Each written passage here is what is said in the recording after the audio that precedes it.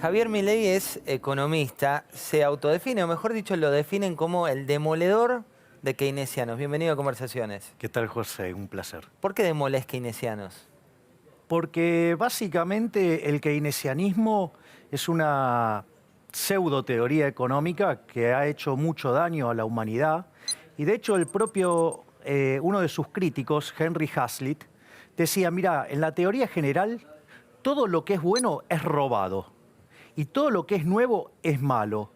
Y todo lo que hace al cuerpo keynesiano, ¿sí?, básicamente que después se instaura en el diseño de políticas económicas y todo, tiene que ver con la parte mala de lo que yo también llamo la basura general, ¿no? Un libro pésimo. O sea, para entenderlo un poco también, para el que no viene del palo económico, cuando hablamos de Keynes, hablas de una intervención del Estado, hablas de un rol de mayor intervencionismo.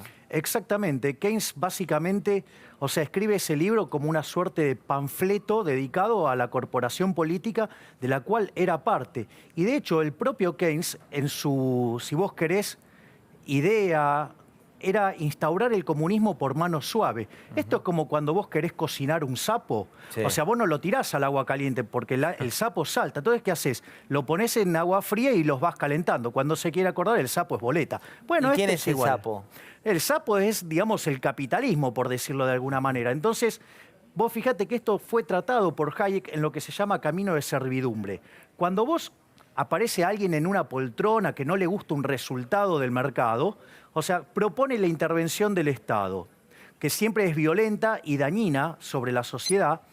Y el tema es que claramente lo que surge es que después aparece el fallo del Estado. Entonces eso demanda más intervención. Esto pasó en la Alemania nazi y cuando vos te querés acordar, es tan grande el tamaño del Estado que termina yéndose en una solución totalitaria. De hecho, no debes llamar la atención que Keynes apoyara a Mussolini, que apoyara a Keynes y que además cuando volvió de Rusia escribió unos ensayos que prácticamente festejaba plenamente lo hecho en la revolución, sino que lo único que cuestionaba, ¿sí?, era la violencia con la que se aplicó propio de los judíos, o sea que además era antisemita. Javier, vamos a poner definiciones de acuerdo a tu firma.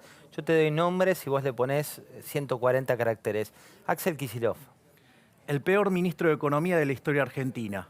¿Por qué? Es el único que logró, teniendo los mejores términos de intercambio de la historia y con tasas de interés en el piso, que la economía argentina, el PBI per cápita cayera. Verdaderamente es un milagro del mal. Alfonso Pratgay. Un keynesiano tradicional que básicamente su irresponsabilidad dejó un nivel de desequilibrio fiscal que vamos camino a 12 puntos de déficit fiscal en términos del PBI. Uno de los más grandes de la historia, en un contexto donde las tasas de interés internacional, en especial en Estados Unidos, van a empezar a subir, con lo cual dejó a la economía en una situación muy complicada. ¿Quién fue el mejor ministro de Economía argentino?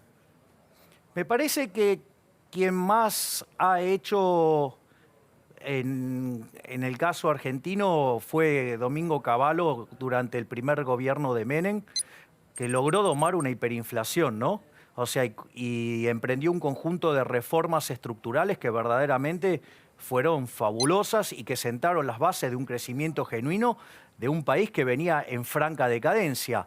Ahora, bueno, después... ¿Pero por qué terminó como terminó? Digo, hoy cuando uno pregunta por Cavallo, 8 de cada 10 argentinos tienen un rechazo absoluto. Bueno, lo que pasa es que hay que recordar que Menem lo echó a Cavallo, después vino Roque Fernández y no hizo mucho. Después vino el experimento progresista de la Alianza con Machinea, o sea, otro keynesiano irresponsable, ¿sí?, donde la característica de los keynesianos es que nunca quieren tocar el gasto público, ¿sí?, y eso después derivó en una crisis. Ahora, la realidad es que cuando vino el segundo Cavallo, vino a tratar de salvar los desequilibrios que habían dejado los antecesores. Y bueno, ¿Y el final por qué se dio como se dio?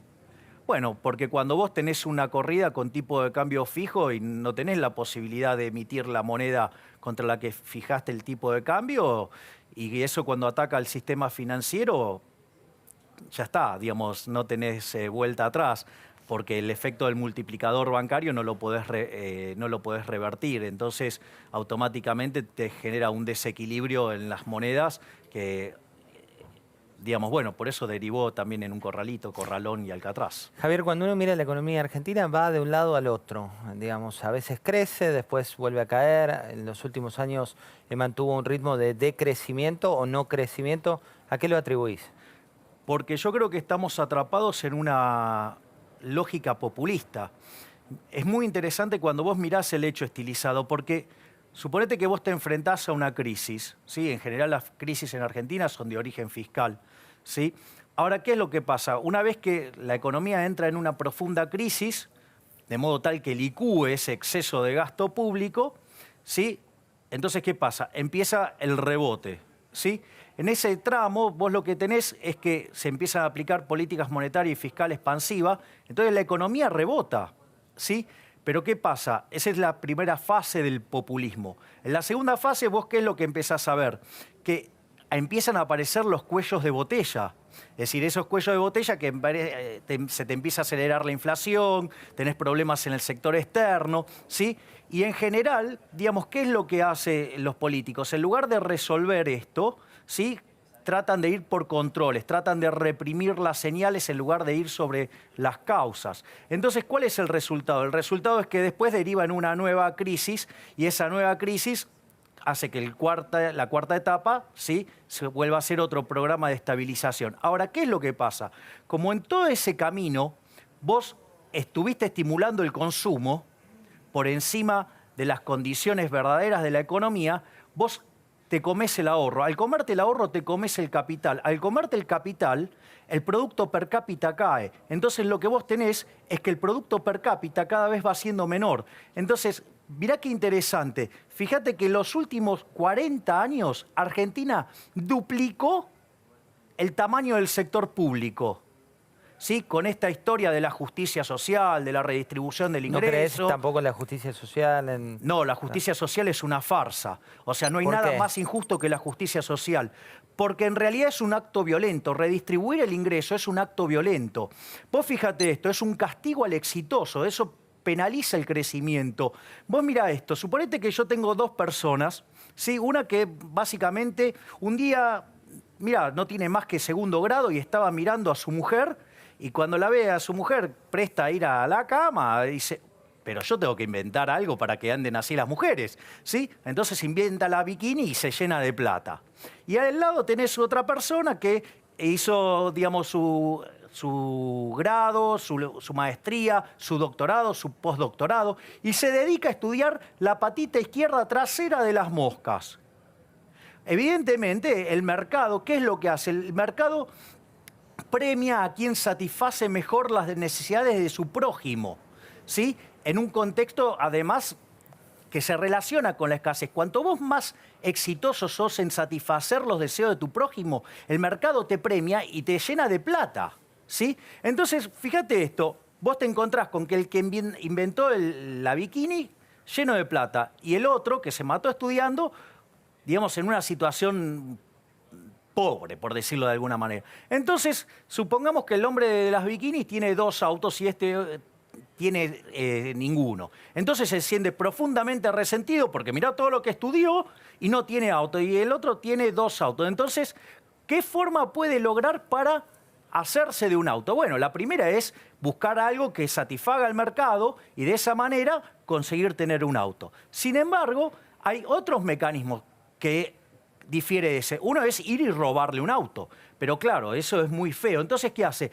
Va y llama al matón del barrio. ¿Para qué? Para que lo intimide al hombre que inventó los bikinis para que le dé un auto a él, ¿sí? Entonces se siente tranquilo. La famosa redistribución del ingreso, la redistribución de la riqueza, es decir, un acto violento. Es un acto violento donde castiga al exitoso y premia al envidioso. Y cuando una economía entra en eso, que es básicamente la idea de la justicia social y del populismo, te hundís. Y eso es lo que pasó en la economía argentina.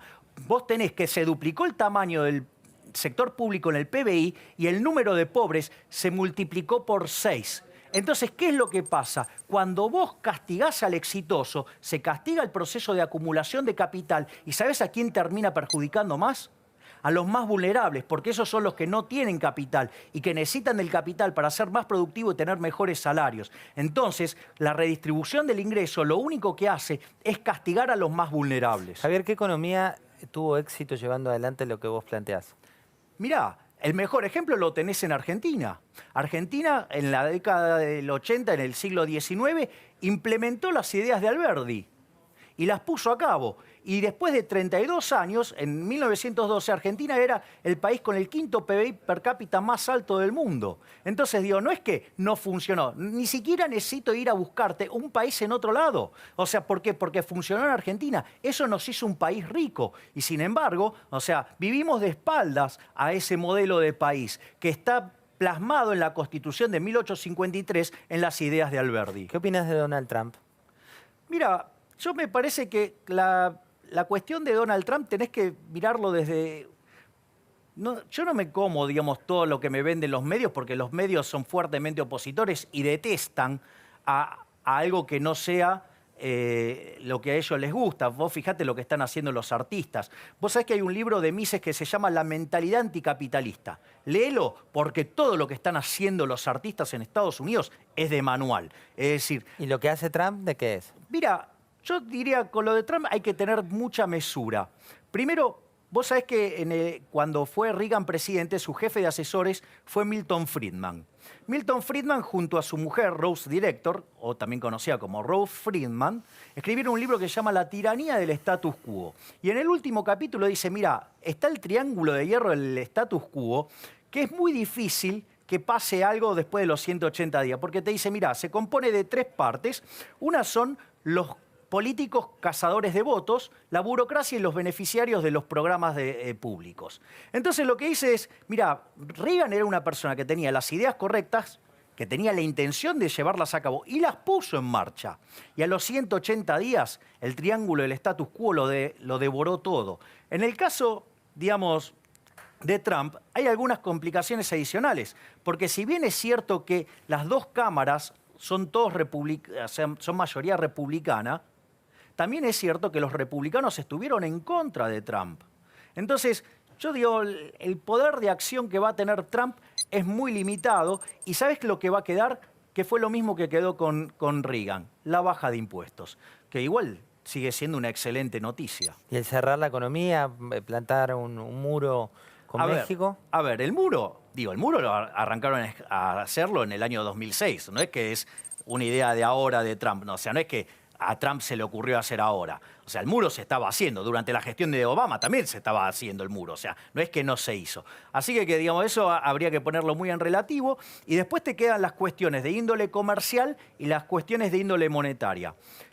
El tema con China, sí, el tema con China es una cuestión de índole monetaria. Cuando vos tenés un tipo de cambio flexible, tu política fiscal no es efectiva y tu política monetaria lo es, ¿sí? Entonces vos manejás la política monetaria. Ahora, ¿qué es lo que pasa? Cuando China empieza a tener tipo de cambio fijo y empieza a crecer y tomar un rol muy importante en la economía, que tenga tipo de cambio fijo hace que vos dejes sin política económica al país más importante del planeta. Entonces, ¿eso en dónde se vio reflejado? Vos, si siguieras por ejemplo, lo que son las discusiones del G20 y el tema del desequilibrio global, es China ahorrando un montón y Estados Unidos desahorrando. Ahora, esa situación de desequilibrio global, que digamos, frente a la posibilidad de no arbitraje en la moneda china, derivó en que te compraras euros y eso apreció tanto el euro y te generó una crisis en los países europeos que tenían desequilibrio de cuenta corriente. Sí, digamos que Estados Unidos no pudiera notar que tenía la política monetaria muy expansiva y derivó en la crisis subprime. Entonces, básicamente, cuando vos mirás a Trump, Trump le dice, porque va contra China, le dice, porque es un manipulador de la moneda. O sea, no... Entonces dice, si vos... Así es que lo hace explícito. Claro, exactamente. Y lo que le dice es, mirá, si vos no vas a un régimen de flotación, porque si vas a ser un país grande y querés jugar con las reglas del país grande, tenés que ir a un sistema de flotación. Si vos vas a tener este esquema cambiario, yo te voy a poner aranceles. Con lo cual, digo, me parece que tiene que ver con eso. Y después está la cuestión comercial. La cuestión comercial, suponete lo siguiente, José. Yo, digamos, me quiero importar una computadora. Si me la traigo de Estados Unidos me cuesta $1000, por un ejemplo. Ahora, sucede que como estoy adentro del Mercosur, ¿sí? Tengo que terminar importando una computadora brasilera de peor calidad a $1500. Eso es un desvío de comercio. Entonces, si vos me preguntás, yo te diría, y mirá, ¿sabés qué? El Mercosur lo tendrías que revisar. ¿Por qué? Porque está generando un desvío de comercio que lo único que está haciendo es perjudicar a los ciudadanos de mi país. Entonces, en ese sentido, yo no veo mal que quiera revisar el NAFTA. ¿Por qué? Porque está produciendo un desvío de comercio. Y ese Acá, desvío de comercio perjudica a los propios americanos. Javier, te llevo a lo local, toma la decisión el gobierno dice vamos a bajar los aranceles para importar computadoras, laptops y también netbooks, y eso genera inmediatamente que una compañía como Van Gogh dice yo he hecho 200 personas. ¿Por qué se da esa causa y ese efecto? Mira, eso se llama la falacia de lo que no se ve.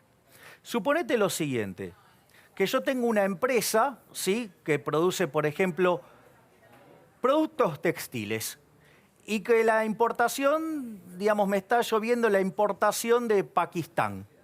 Entonces, pido que me den aranceles de un 600%, o sea, que el precio se multiplique Que te traben la importación. claro, por 7, porque si no yo tengo que echar, no a 200, a 600 familias.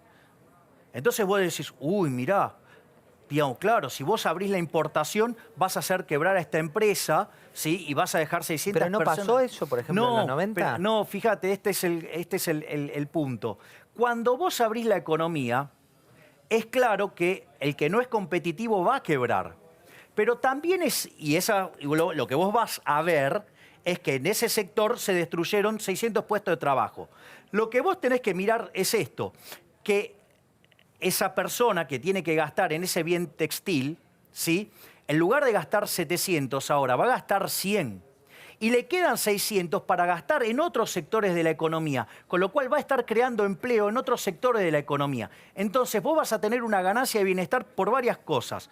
Por un lado, porque vos vas a estar aplicando los recursos a sectores que son más productivos y por ende los salarios reales van a ser más altos. ¿Por qué? Porque te van a pagar más salario por ser más productivo y porque además vas a estar comprando bienes a precios más bajos, con lo cual vos ahí tenés una ganancia de bienestar. Y no se termina solo ahí. Como vos además tenés recursos para gastar en más bienes, el aumento en la diversidad de los bienes de consumo también deriva en un aumento de bienestar. No por nada, aquellos países que son abiertos son 9 veces más ricos que los que son cerrados.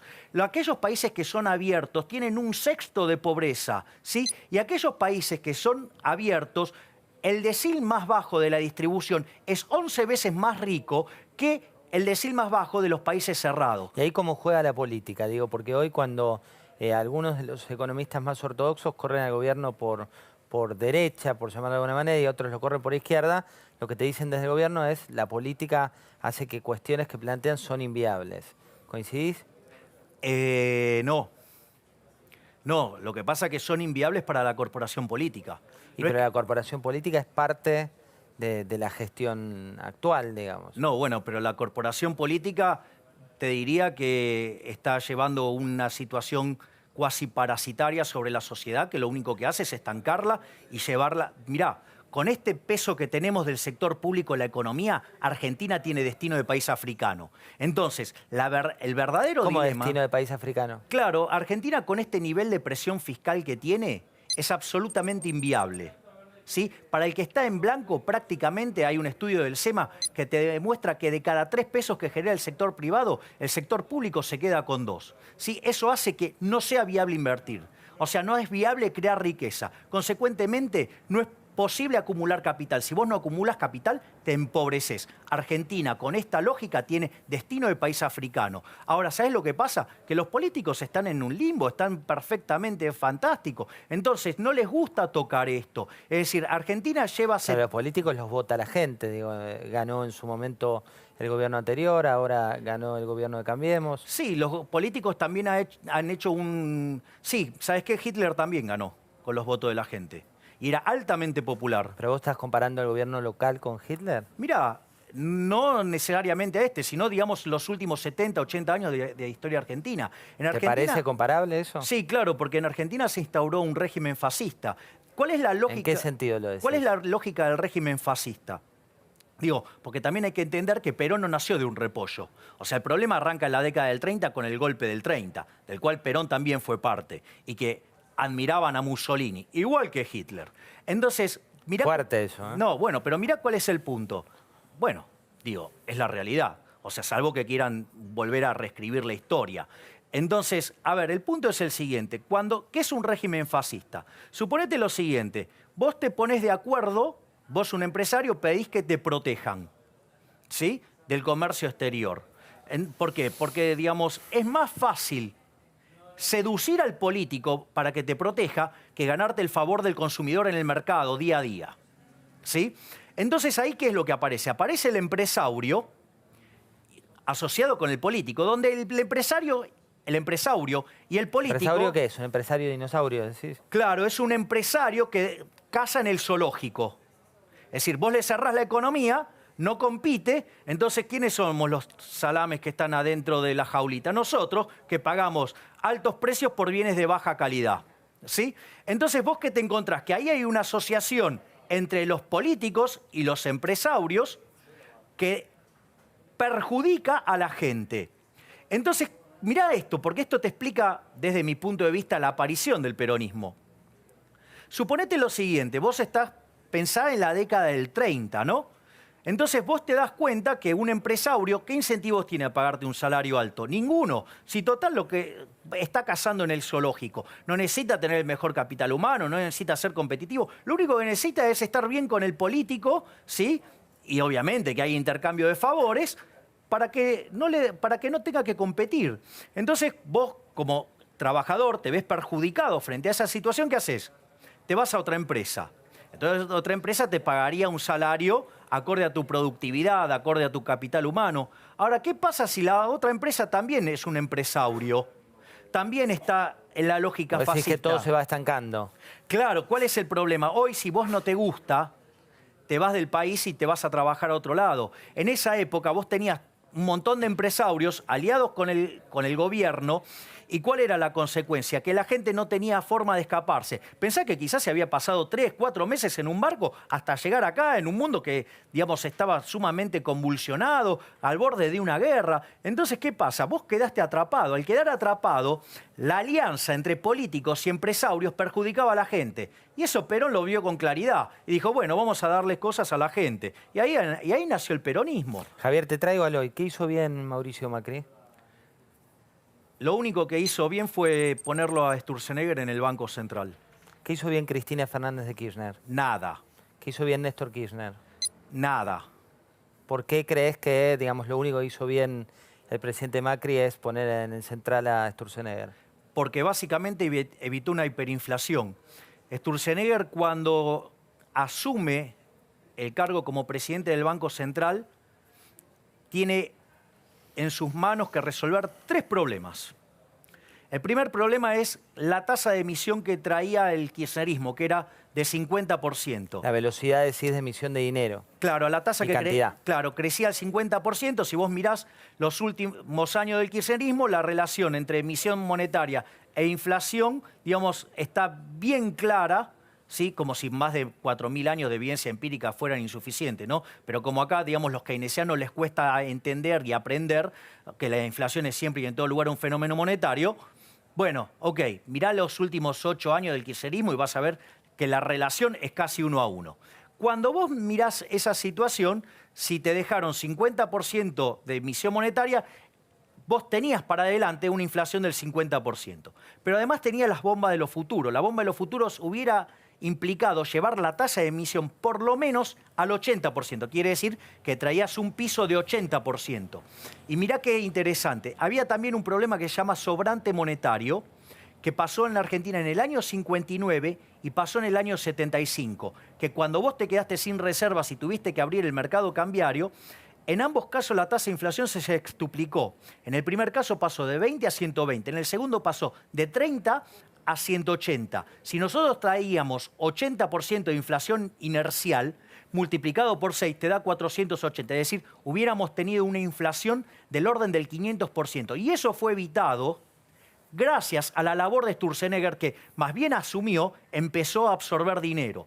Eso le permitió que la inflación promedio mensual del primer semestre fuera del 4%, es decir, 60 anualizado. En la segunda parte del año fue 1,5 mensual, con lo cual anualizado te da 20. En el mes de diciembre terminó con 1,2%, que anualizado te da 15. Y si vos tomás que hay estacionalidad en diciembre, la inflación hubiera sido del 1%, quiere decir 13% anual. Javier, hay un libro que escribiste junto a Diego Giacomini, Maquinita, Infleta y Devaluta, así se llama, Ensayos de Economía Monetaria para el caso argentino. Concretamente, ¿crees que puede venir una devaluación?